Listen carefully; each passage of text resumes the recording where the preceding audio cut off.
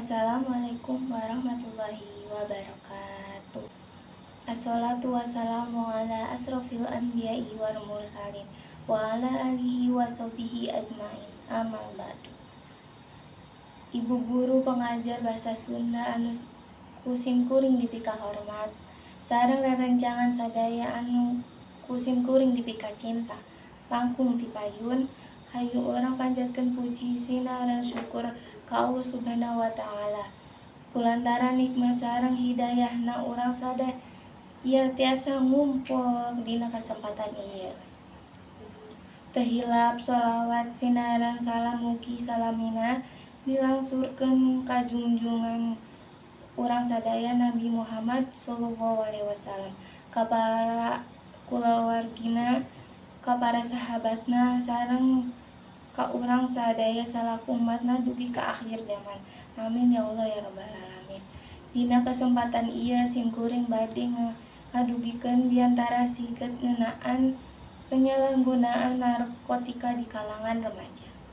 Narkotika dina dunia medis nyaeta obat bius atau penenang pasien nu rek dioperasi. Narkotika teh mangrupa zat adiktif anu ngabahayakeun jeung bisa nyieun kecanduan, serta kerusakan otak jeung saraf motorik mun ku urang dikonsumsi bisa nyebabkeun kageloan jeung anu parahna kematian. Tapi lain hal anu barudak ngora zaman kiwari mah ngagunakeun narkotika teh keur ngagaya hungkul bari jeung teu apal kana pibahayaeunana. Istilah bahasa deungeunna mah drug is purpose for freshly.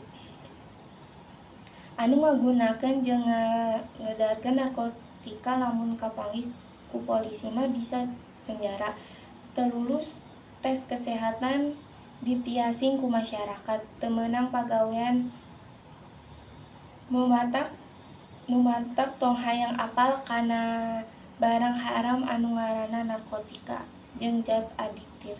Lainna anu matak ngarusak kahirupan urang ayeuna jeung anu bakal datang. Mending ayeuna mah meumpeng urang ngora keneh, hayu urang eusian ku diajar anu ngosan-ngosan. Mending ayeuna mah meumpeng urang ngora keneh, hayu urang eusian ku diajar anu soson-soson. Guna ngajunjung harkat jeung martabat bangsa Indonesia, sakali deui say no to drug. Mugi-mugi manpaat keur kahirupan urang sadayana sakitu anu tiasa didugikeun ku simkuring. Hampunten bilih aya kalepatan sareng cariosan nu teu maranehkan nu manah. Hatur nuhun kana sadaya panghatosanana. Akhirul kalam wabillahi taufiq wal hidayah. Wassalamualaikum warahmatullahi wabarakatuh.